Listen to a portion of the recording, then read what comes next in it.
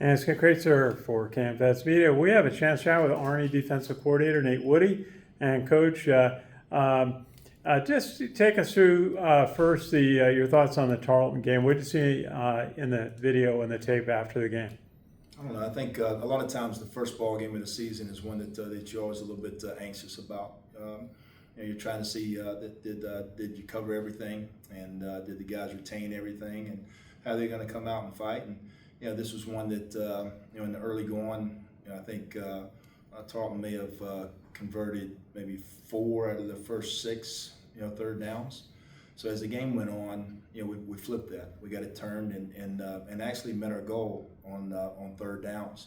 So I was proud of the guys, for coming back and doing better, later in the game. We still turned some guys loose in the red zone, which is uncharacteristic of us. I made a couple of bad calls, and that led to touchdowns instead of field goals. And ultimately, when you're counting on being a really good red zone defense, you just can't have those lapses. And he forced 7 punts Friday night. That's a lot. That's pretty good defense. Yeah, I was hoping that maybe we'd get some takeaways. A couple opportunities. I think the guys were trying really hard. Just didn't happen for us. And I think it's always something that we're pushing hard for the guys to be aware of when those opportunities come. And I think again, I know I repeat myself, but they were trying hard, and that one just didn't work out. So the punts were good. The takeaways would have been better. Hey, Coach, how do you see your defense this year? Is it anything different? You're certainly got some excellent linebackers in the inside, Andon Thomas, Caleb Fortner, and some good outside linebackers. Is that what you're built around on defense this year? I think every year you go in trying to figure out what is going to be our identity, and no doubt last year our linebackers really stepped up and gave us the ability to win an awful lot of football games, and their play was outstanding. But it wasn't just those linebackers. I think there's a lot of guys that work well as a team, as a unit, and I think we'll look to those linebackers. As a matter of fact, you could go right down the middle of our defense and just point out a bunch of guys. Cody Harris-Miller is a guy that's right there at the nose tackle, very strong. Demands the double team, and then you get the 2 inside linebackers, and then the 2 safeties. I think Casey and Colin Madison are guys that they could have played for me on any number of teams that I've coached, and I'm really proud to be able to coach them here.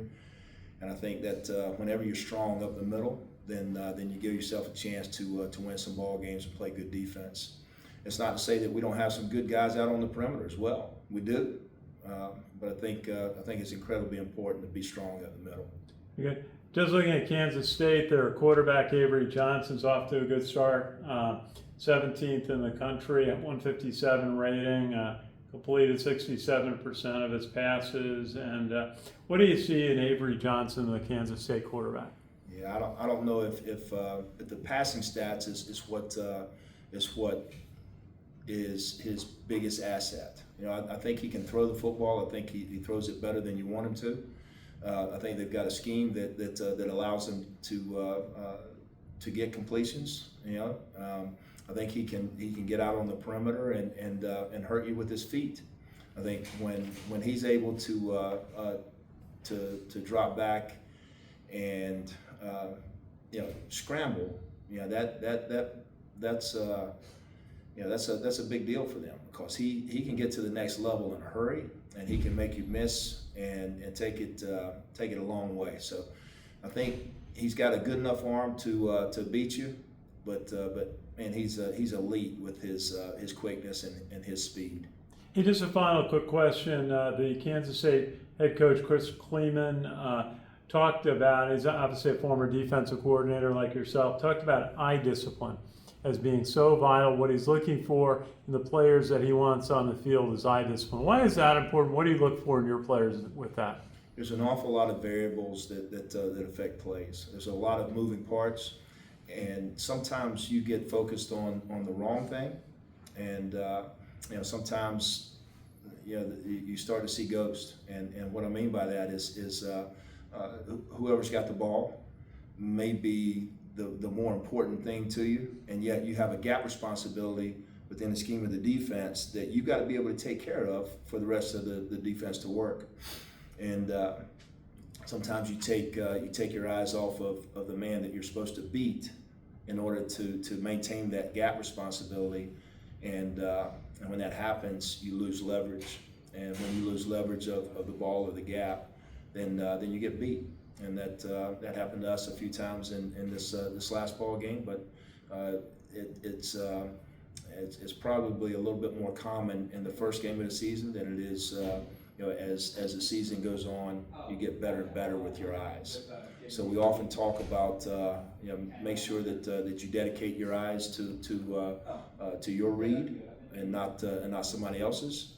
And I think our guys understand how important that is. It's not an easy thing to do, but it is definitely important. Thanks, Coach. Guys on. Anyone on Zoom? I think you're good, Coach. All right, thanks.